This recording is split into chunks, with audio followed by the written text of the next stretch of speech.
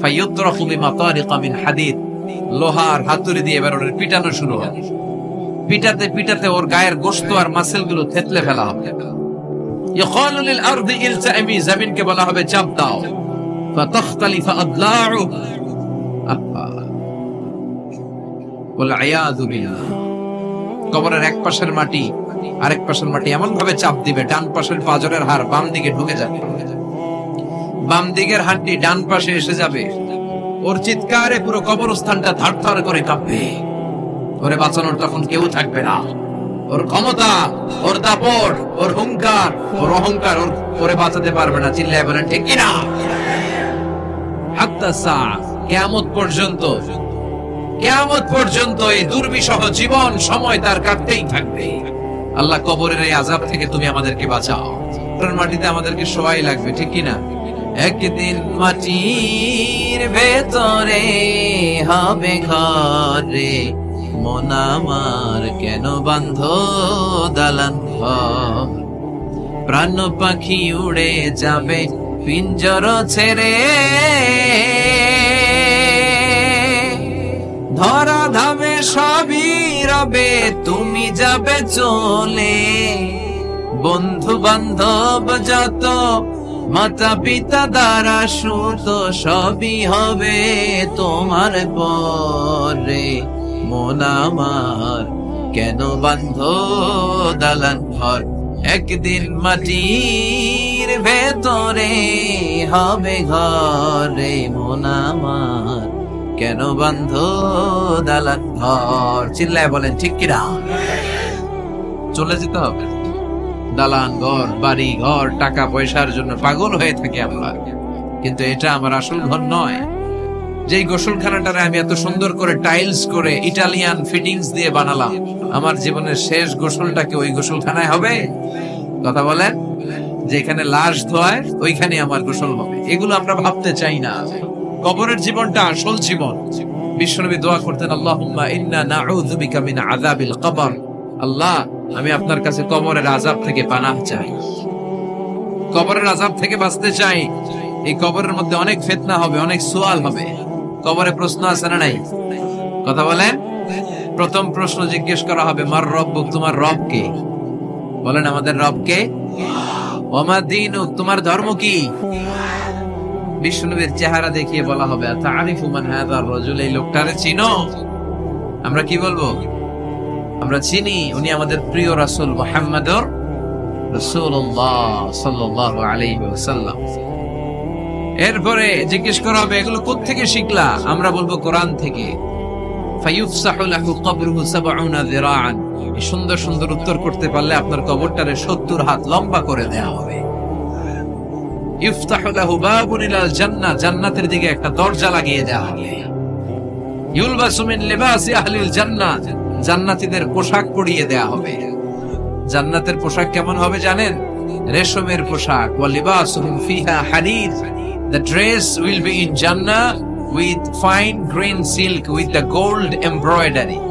জান্নাতে যারা থাকবে তাদের পোশাক হবে পাতলা সবুজ রঙের রেশমের কাপড়ের পোশাক, যেটার মধ্যে গোল্ডের, স্বর্ণের ডিজাইন করা, এমব্রয়ডারি করা থাকবে। ওই পোশাক পরিয়ে দেয়া হবে। আর বলা হবে নাম কানাউমিল আরুস, বাসর রাতে জামাই যেমনি আনন্দে ঘুমায় তুমিও ঘুমাও। দুনিয়াতে অনেক কষ্ট সহ্য করছো, দুনিয়াতে পুলিশের দৌড়ানি, র্যাবের দৌড়ানি, আছে না নাই? ইসলামের পক্ষে যারা কথা বলে নিজ এলাকায় পরবাসী, আছে না নাই? মামলা হামলা, ঝক্কি ঝামেলা, ঝুঁকি একটার পর একটা, তার পিছু ছাড়ে না। সে ঘুমাইতেও পারে নাই। চিল্লায় বলেন ঠিক কিনা? আনন্দের ঘুম আমরা সেদিন দেব ইনশাআল্লাহ। কবেন না? নাম কানাউমিল আরুস, বাসর রাতে বর যেমনি কনেকে নিয়ে ঘুমায় ঘুমাও। দুনিয়াতে ঘুমাইতে পারো নাই, দুনিয়াতে খালি দৌড়াইছো। কি করছো? দৌড়ানির উপরে ছিল। আজকে দৌড়ানি নাই, আজকে দৌড়ানি হবে ওই দলে। কথা কন। যারা ইসলামের পক্ষে ছিল না, আজীবন ইসলামের বাঁশ দিয়েছে, আজকে ওদেরকে বাঁশ দেয়ার পালা। সেদিন হিসেব উল্টে যাবে। কথা বলেন। এবার ওদেরকে প্রশ্ন করা হবে, তুই ক মার রব্বুক? কয় আমি জানি না। কি জানোস? কয় কিছুই জানি না। কি যে জানি না ওইটাও জানি না। দ্বিতীয় প্রশ্ন, ওয়ামা দীনুক, তোর ধর্মের নাম কি? কয় জানি না। ফেরেশতারা কয় আর প্রশ্ন বাকি একটা, তারপরে আঙ্গ খেলা শুরু। ওমান হাযার রাজুল, do you know this person? দেখো তো এই লোকটার চিনা চিনা লাগে কিনা। কয় না, চিনি না, আমি কিচ্ছু জানি না, আমি কিচ্ছু মনে করতে পারছি না, খালি আমি মদ খাইতাম আর চিয়ার্স করতাম, এটা মনে আছে।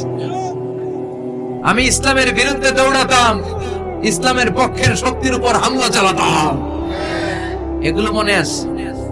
কোরআনের বিরুদ্ধে ছিলাম, ইসলামের বিরুদ্ধে ছিলাম, বিশ্বনবীর বিরুদ্ধে ছিলাম, বিশ্বনবীর বিরুদ্ধে আমি বিষোদাগার করতাম, ইসলামের বিরুদ্ধে আমি জনপ্রচারণা চালাতাম। আজীবন আমার জীবনটারে আমি কাটিয়েছি ইসলামের বিপক্ষে। সুদ, ঘুষ, দুর্নীতি, যৌতুক, মদ ছিল আমার নিত্য সঙ্গী। আমি কিচ্ছু মনে করতে পারছি না, আমার ধর্ম নাই, আমার কিছুই মনে নাই। ফেরেশতারা বলবে ঠিক আছে, এবার আঙ্গ খেলা শুরু। ফায়ুতরাফু বিমাতারিকা মিন হাদিদ, লোহার হাতুড়ি দিয়ে এবার ওর পিটানো শুরু হবে। পিটাতে পিটাতে ওর গায়ের গোশত আর মাসেল গুলো থেতলে ফেলা হবে। ইয়াকালু লিল আরদি ইলতাইমি, জমিনকে বলা হবে চাপ দাও। ফাতাখতালিফু আদলাউ, ওয়াল আয়াযু বিল্লাহ। কবরের এক পাশের মাটি আরেক পাশের মাটি এমন ভাবে চাপ দিবে, ডান পাশের পাঁজরের হাড় বাম দিকে ঢুকে যাবে, বাম দিকের হাড্ডি ডান পাশে এসে যাবে। ওর চিৎকারে পুরো কবরস্থানটা থারথার করে কাঁপবে। ওরে বাঁচানোর তখন কেউ থাকবে না। ওর ক্ষমতা, ওর দাপট, ওর হুঙ্কার, ওর অহংকার ওরে বাঁচাতে পারবে না। চিল্লায় বলেন ঠিক কিনা? হাত্তা সা, কিয়ামত পর্যন্ত, কিয়ামত পর্যন্ত এই দুর্বিষহ জীবন সময় তার কাটতেই থাকবে। আল্লাহ কবরের এই আযাব থেকে তুমি আমাদেরকে বাঁচাও। সূরাতুল মুলক যারা নিয়মিত তেলাওয়াত করবে, আল্লাহর মেহেরবানিতে তাদের কবরে কোনো আযাব হবে না। পড়তে রাজি আছেন? কথা কয় না। পড়তে রাজি আছেন সবাই? বিষ্ণুই বললেন এখানেই শেষ নয়, আরো আছে। শাফাআত লিসাহিবিহা, এই সূরাটা কিয়ামতের দিন এই সূরা যে তেলাওয়াত করবে তার পক্ষে সুপারিশ করবে।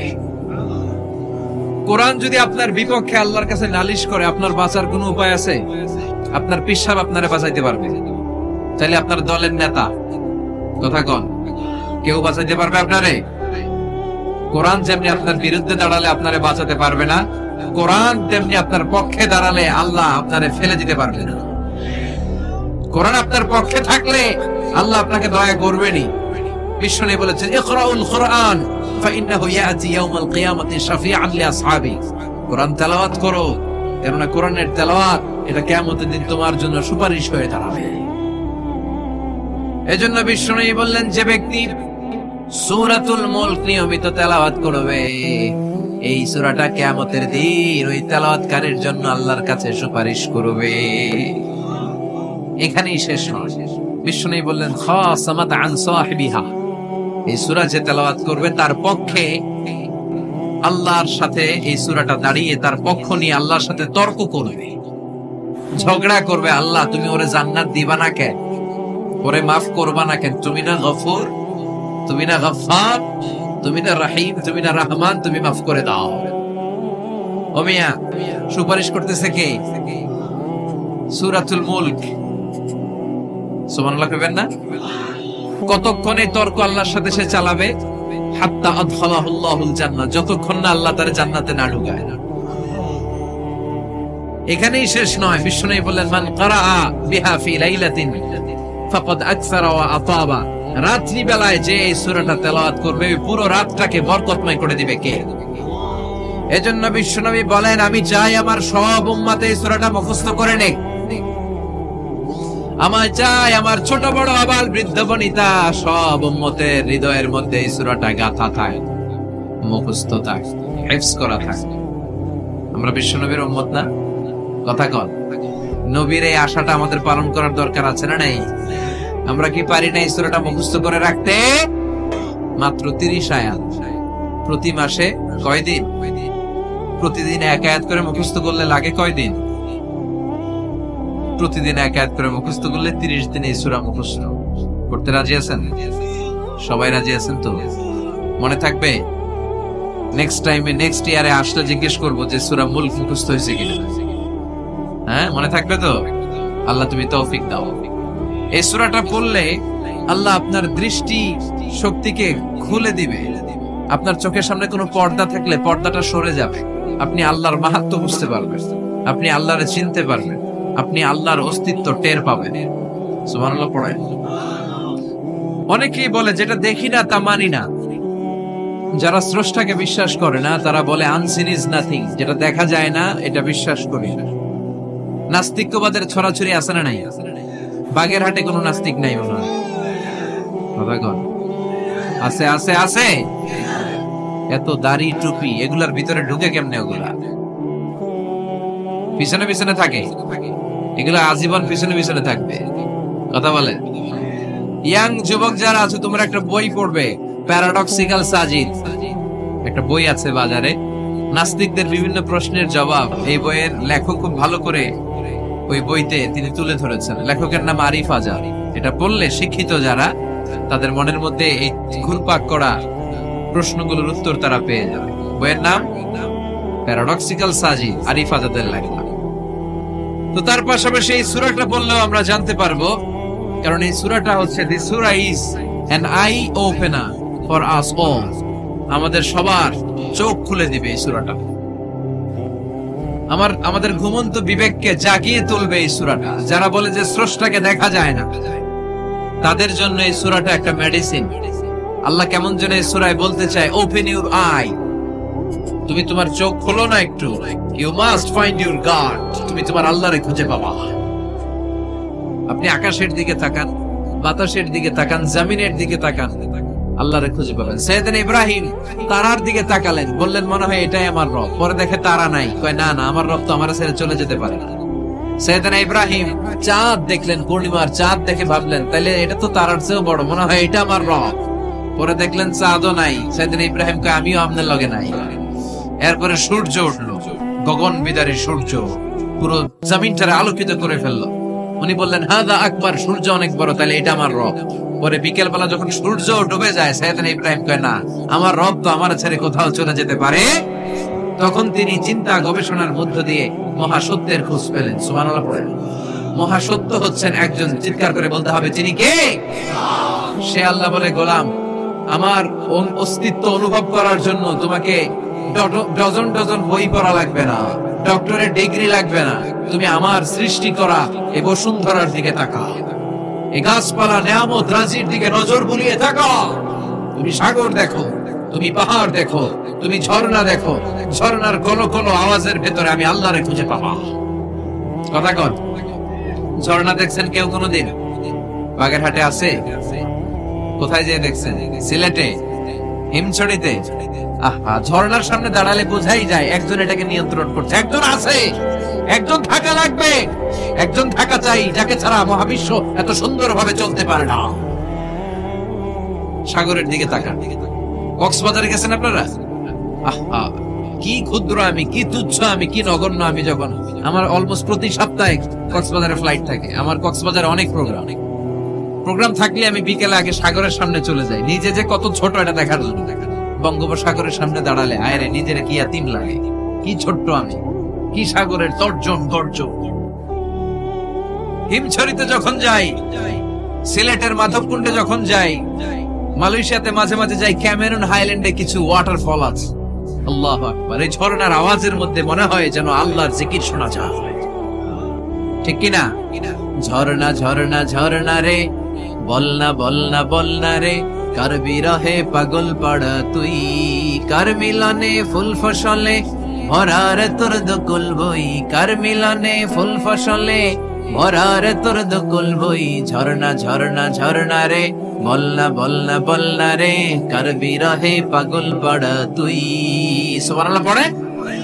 ঝর্ণার দিকে তাকালে, আকাশের দিকে তাকালে, বাতাসের দিকে তাকালে আকাশের রব আল্লাহর অস্তিত্ব সেখানে আছে না নাই? চিল্লায় বলেন আছে না নাই? এই জন্য নাস্তিকদের যুক্তিগুলো খোড়া যুক্তি। তারা বলে আনসিন ইজ নাথিং, যেটা দেখি না ওটা মানি না। এরকম কিছু গাধা আছে না নাই? হাদারাম, উল্লুকা পাঠা, যেটা দেখি না ওইটা মানি না। আচ্ছা বলেন তো, আমরা কোনোদিন আমেরিকা দেখছি সরাসরি? কথা কয় না। টিভিতে দেখছি, বইতে দেখছি আমেরিকার ছবি, কিন্তু সরাসরি এটা আমেরিকা দেখছি, তাই বলে আমরা আমেরিকা মানি না? কথা বলেন। নাস্তিক যারা কথা বলে এরা বাতাস দেখতে পায়? উত্তর দেন, বাতাস দেখা যায়? তো নাস্তিকের যারা দল, নাস্তিকের গোষ্ঠী, ওরা কি বাতাসকে মানে না? Why do you believe on that? Why do you believe on air in the atmosphere? বায়ুমণ্ডলে যে বাতাস আছে এটা কেন মানো? বাতাস তো দেখো না। কে কারো যখন মাইগ্রেনের পেইন হয় মাথায়, আমার প্রচন্ড ব্যথা, আপনারা কি দেখতে পাচ্ছেন ব্যথাটা? কিন্তু মাথায় যে ব্যথা হয় এটা আপনারা মানেন না, নাস্তিকেরা মানে না। তাহলে ওদের যুক্তির কোনো গ্রাউন্ড আছে? কোনো গ্রাউন্ড নাই। যেটা দেখা যায় না এটা নাকি ওরা বিশ্বাস করে না। আল্লাহ বলেন সৃষ্টির দিকে তাকা, নজর করে দেখ, আমি আল্লাহর নিদর্শন আছে। সুবহানাল্লাহ পড়েন। নাস্তিকদের কিভাবে আপনি বুঝাবেন? একটা ঘটনা বললে চমৎকার বুঝতে পারবেন। কুফা নগরীতে এক নাস্তিক ছিল, সে এরকম বলতো, যেটা দেখি না ওইটা মানি না। সবাই বলে আমাদের একজন ইমাম আছে, ওনার নাম নু'মান ইবনু সাবিত, উনি তোমারে দেখায় সারবে আল্লাহরে। সে বলে তাই, তাহলে ডাকো তো, তার সাথে আমি তর্ক করব। অ্যাপয়েন্টমেন্ট দেওয়া হলো জুমার পরে ঠিক ভর দুপুরে 2টায়। নু'মান ইবনু সাবিত ওনার আসল নাম, ওনার লকব হচ্ছে আবু হানিফা। ইমাম আবু হানিফারে ছিলেন না? ইমাম আল আযম। উনি আল্লাহর পক্ষে নাস্তিকের সাথে লড়বেন, আর নাস্তিক আল্লাহর বিপক্ষে লড়বে। সময় দেয়া হয়েছে জুমার সালাতের পর ভর দুপুরে 2টা। ঠিক সময় নাস্তিক এসেছে, হাজার হাজার মানুষ এসেছে, আসে নাই ইমাম আবু হানিফা। নাস্তিক তো রেগে মেগে আগুন, আমার সময় দিয়ে উনি আসে নাই কেন? আসে না কেন? আধা ঘন্টা, 1 ঘন্টা, 1.5 ঘন্টা চলে যায়, আসে না। প্রায় 2 ঘন্টা পরে ইমাম আবু হানিফা দৌড়ে দৌড়ে আসলেন। নাস্তিক বলে আপনার তো সময়ের কোনো জ্ঞানই নাই, আপনার সাথে কোনো তর্ক চলবে না। ইমাম আবু হানিফা বললেন ইনদি উযর, আই হ্যাভ অ্যান এক্সকিউজ, আমার একটা এক্সকিউজ আছে। কি এক্সকিউজ? সাইয়েদনা ইমাম আবু হানিফা বললেন, আমি যখন ঘর থেকে বের হই, এই পথে আসার সময় আমাকে একটা নদী পার হতে হয়। কি পার হতে হয়? আজকে যে দেখি নদীর সামনে কোনো নৌকা নাই, মানুষ নাই, কেউ নাই, কেউ নাই। হঠাৎ দেখলাম নদীর পাশে বিশাল একটা বড় গাছ, গাছটা এমনি এমনি 2 ভাগ হয়ে গেল। গাছ থেকে এমনি এমনি কাঠ আর তক্তা বের হয়ে গেল। তক্তাগুলো এমনি এমনি জোড়া লেগে নৌকা হয়ে গেল। ওই নৌকা এমনি এমনি নদীর মাঝখানে এসে পড়লো, আর আমি উঠে বসলাম। মাঝি ছাড়া, লগি বৈঠা ছাড়া নৌকা আমারে এক টান মেরে নদীর ওপার নিয়ে গেল। এই কাজগুলো হতে হতে 2 ঘন্টা লেগে গেছে। কয় ঘন্টা? নাস্তিক কয় তোকে ইমামের মাথা খারাপ। নাস্তিক কি বলে? তোদের ইমামের মাথায় সমস্যা। ইমাম আবু হানিফা বললেন, আপনি এই কথা বললেন কেন? আমার মাথা ঠিকই আছে, আপনি আমার গালি দেন কেন? নাস্তিক বলে এমনি এমনি গাছ ভেঙে 2 ভাগ হয় নাকি? এমনি এমনি করাত ছাড়া গাছ কেটে তক্তা বানানো যায় নাকি? এমনি এমনি মিস্ত্রি ছাড়া তক্তা লাগিয়ে নৌকা হয়? এমনি এমনি মাঝি ছাড়া নৌকা চলে নাকি? সাইয়েদনা ইমাম আবু হানিফা বললেন, এই তো আপনি লাইনে চলে আসছেন, এখন আপনারে বুঝাইতে খুব সুবিধা হবে। এমনি এমনি নৌকা হয় না, তক্তা হয় না, এমনি এমনি গাছ কেটে 2 ভাগ হয় না, তাহলে আকাশটা কেমন করে এমনি এমনি হলো? এই জমিনটা কেমন করে এমনি এমনি হলো? দ্বিপ্রহরের জলজলের সূর্যটা কেমন করে প্রতিদিন দিনক্ষণ টাইম ঠিক করে সকালে পূর্ব দিক থেকে উঠে পশ্চিম দিকে ডুবে যায়? কেমন করে আকাশ থেকে বৃষ্টি নামে এমনি এমনি? কেউ যদি এটা না করে এমনি এমনি কেমন করে পৃথিবী সৃষ্টি হয়? নাস্তিকের ঘুমন্ত বিবেক এবার জাগ্রত হয়েছে, এবার সে চোখ মেলে তাকিয়েছে। সেজন্য এই পৃথিবীতে এখন নতুন এসেছে, সে নতুন করে আবার পৃথিবী দেখতে লাগলো। তাই তো? সুবহানাল্লাহ কইবেন না? তাই তো? এমনি এমনি তো কিছু হতে পারে না। There should be someone who is controlling everything. একজনকে থাকাই লাগবে যিনি মহাবিশ্ব নিয়ন্ত্রণ করছে। চিল্লায় বলেন, যিনি কে? নাস্তিক অবাক, তাই তো, আসলেই তো আমি একটা বোকা, আসলে আমি হাদারাম, আমি তো এইভাবে কখনো ভাবি নাই। ও ইমাম, আপনাকে শুকরিয়া, আপনার হাত দেন, আপনার হাতে চুমু খাই, আপনার হাতে হাত রেখে আমি শাহাদা বাক্য পাঠ করতে চাই, আপনি আমারে পড়িয়ে দেন লা ইলাহা ইল্লাল্লাহ মুহাম্মাদুর রাসূলুল্লাহ। কালিমা পড়ে মুসলমান হয়ে গেলেন। আল্লাহু আকবার। এজন্য নাস্তিকদের সাথে ওয়াজাদিলহুম বিল্লাতি হিয়া আহসান, হিকমতের সাথে কথা বলতে হবে। প্রজ্ঞার সাথে যদি আপনি একটা ভ্যালিড গ্রাউন্ড উপস্থাপন করতে পারেন, নাস্তিকরা আপনার সামনে দাঁড়াতে পারবে না। চিল্লায় বলেন ঠিক কিনা? এই নাস্তিকদের জন্য অনেক দিক নির্দেশনা, ডোজ, মেডিসিন আল্লাহ সূরার ভেতরে দিয়েছেন। সূরাটার নাম সবাই বলতে হবে। সবাই বলেন, সবাই কইছেন? সূরার নাম সূরা মুলক। চিল্লায় বলেন কি নাম? সূরাতুল মুলক।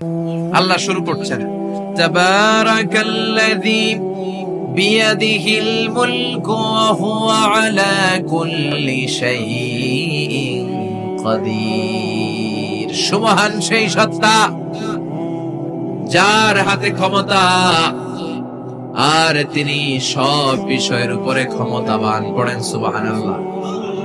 তাবারাকাল্লাযী, সুবহান সেই সত্তা, বিয়াদিহিল মুলকু, যার হাতে সব ক্ষমতা, ওয়া হুয়া, আর যিনি আলা কুল্লি শাইইন কাদির, সব বিষয়ে ক্ষমতাবান। তিনি কে? বিয়াদিহিল মুলকু, তার হাতে ক্ষমতা। চিল্লায় বলেন তো কার হাতে? নাকি আপনাদের হাতে? মাননীয় প্রধানমন্ত্রীর হাতে? আস্তে আস্তে যাও, তুমি তো পুরো মাইক নাড়ায় ফেলতেছ। ক্ষমতা কার হাতে? নাকি প্রধানমন্ত্রীর হাতে? র্যাবের প্রধানের হাতে? পুলিশ প্রধান ডোনাল্ড ট্রাম্পের হাতে? ভ্লাদিমির পুতিনের হাতে? নরেন্দ্র মোদীর হাতে? কার হাতে? জোরে বলে বিশ্বাস হয়? কিন্তু আমরা কিন্তু প্রায়শই বলি সকল ক্ষমতার উৎস জনগণ। এভাবে রাষ্ট্রীয়ভাবে কিছু কুফরি আমাদেরকে শিক্ষা দেওয়া হয়। চিল্লা এখন ঠিক কিনা? এটা রাষ্ট্রীয় কুফরি। সকল ক্ষমতার উৎস জনগণ নয়, সকল ক্ষমতার উৎস একজন। চিল্লায় বলেন তিনি কে? আপনি নিজের একটু নিজের জিজ্ঞেস করেন তো যে আপনার ক্যাপাসিটি কতটুকু? আমার ক্যাপাসিটি আসলে কতটুকু? আমি আসলে কতদূর করতে পারি? কতদূর ক্ষমতা আমার আছে? একটু জিজ্ঞেস করে দেখেন। ডায়রিয়া যাদের হয়, 5 বার 7 বার 10 বার যদি টয়লেটে যাওয়া লাগে, ওর চেহারার দিকে আর তাকানো যায়? নিজেকে দিয়ে ভাবেন, যেদিন আপনার পেট মোচড় দিয়ে ডায়রিয়া হয়েছে, 7 বার 8 বার ইমোটিল ট্যাবলেট খাওয়ার পরে, স্যালাইন খাওয়ার পরেও ভালো হচ্ছে না, 10 বার 12 বার যেতে যেতে চেহারাটা সাদা হয়ে যাচ্ছে, গায়ে কোনো শক্তি নাই, এরপরে 3-4 জন কাঁধে করে টয়লেটে ঢুকায়, আছে না নাই? 10 বার 12 বার টয়লেটে গেলে আর কোনো শক্তি নাই, আই মরি যাইও, আই আর হাইতাম না, মাফ করে দে, এরকম হয় না?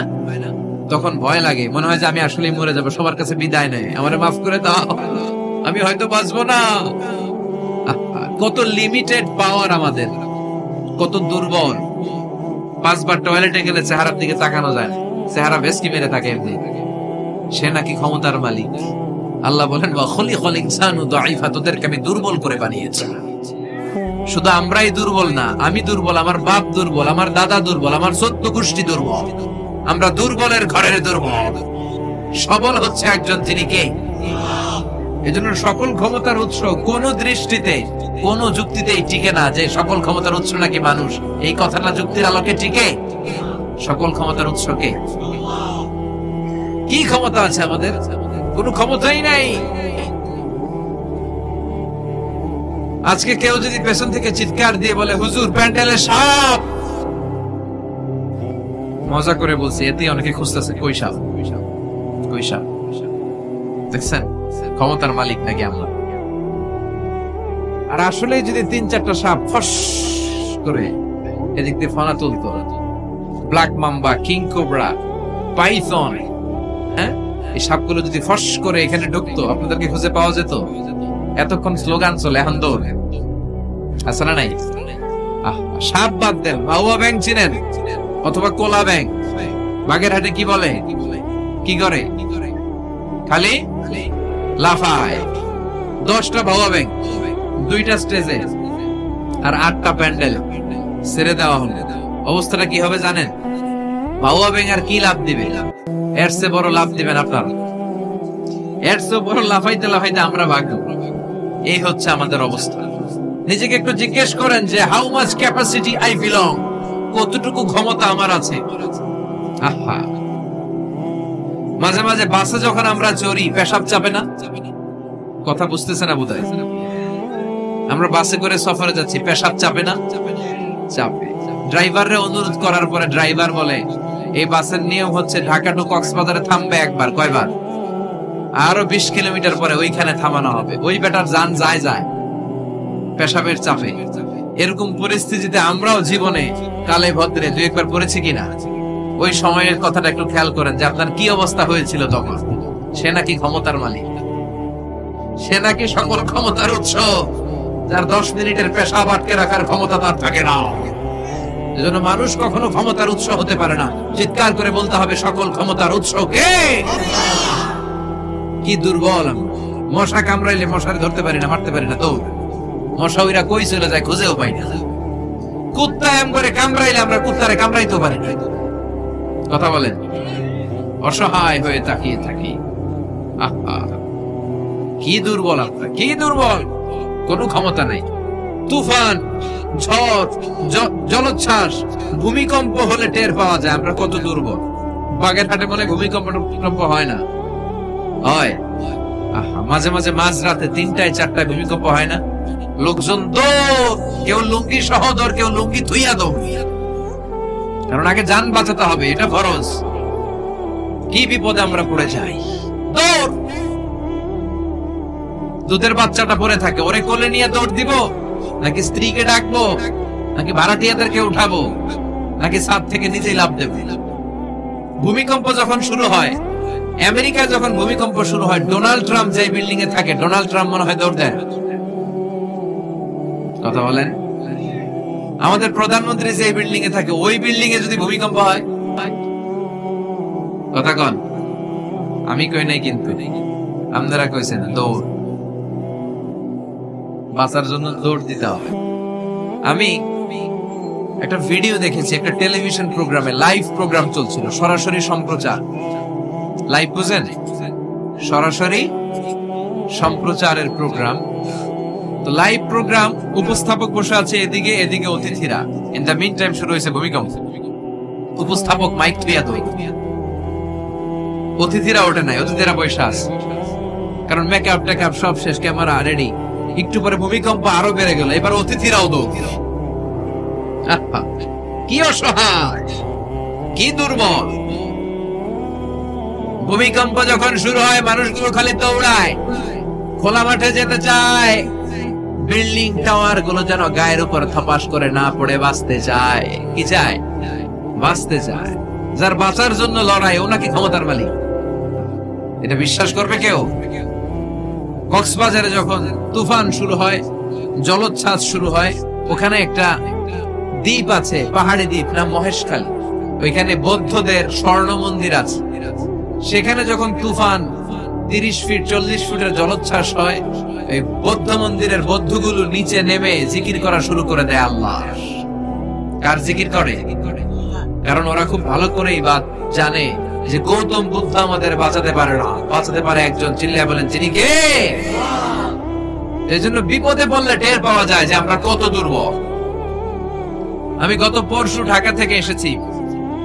আমার প্রোগ্রাম ছিল সাতক্ষীরায়। ঢাকা থেকে যশোর নভোয়ারে করে এসেছি। তো সেখানে যারা বিমানবালারা থাকে, তারা কেমন যেন প্যান্ট ট্যান্ট স্যুট টুট পরে আসে, নিজেদেরকে সাজিয়ে গুছিয়ে। এই বিমানবালাগুলো লিপস্টিক মেখে নিজেকে মেকআপ করে প্রদর্শন করে, কারণ তাদের সৌন্দর্যটাই হচ্ছে এখানে আসল জিনিস। সৌন্দর্য না থাকলে এদেরকে এয়ার হোস্টেস বানায় না। আমরা সিটে বসলাম, ইনস্ট্রাকশন দিল বিমানটা এখন টেক অফ করবে।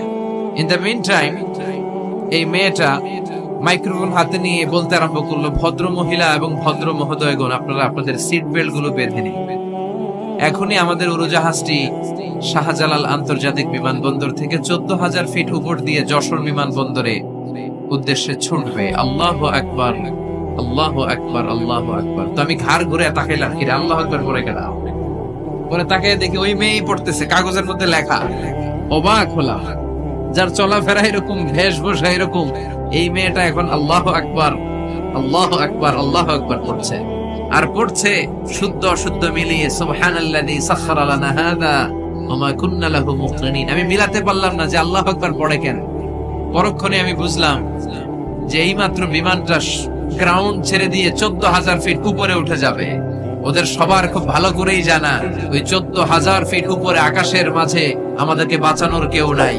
কেউ আমাদেরকে, পুলিশ আমারে বাঁচাতে পারবে না, এয়ারলাইন্স এর ম্যানেজার আমারে বাঁচাতে পারবে না, কোন সিকিউরিটি আমারে বাঁচাতে পারবে না, ফায়ার সার্ভিসের ওরা আমাকে বাঁচাতে পারবে না। 14,000 ফিট উপর থেকে আমারে বাঁচাতে পারে একজন, চিল্লায় বলেন যিনি কে? এটা খুব ভালো করে জানে, হিসাবটা খুব সহজ। এজন্য ওঠার আগে আল্লাহু আকবার লাগে, আর নিচে নামলে দুম্মা চলে দুম। আছে না নাই? নিচে নামলে কুছ কুছ হোতা হ্যায়। কথা বলেন, বিমান থেকে নামলেই কুছ কুছ হোতা হ্যায়, আর বিমানে ওঠার সময় আল্লাহু আকবার, আল্লাহু আকবার। কি অবস্থা আমাদের, কতটুকু ক্ষমতার মালিক। আসলে আমাদেরকে আল্লাহ তেমন কোনো ক্ষমতাই দেয় নাই, ক্ষমতার মালিককে সে আল্লাহ বলছেন, তাবারাকাল্লাযী বিয়াদিহিল মুলকু ওয়া হুয়া আলা কুল্লি শাইইন কাদির। সুমহান সেই সত্তা যার হাতে ক্ষমতা। চিল্লায় বলেন ক্ষমতা কার হাতে?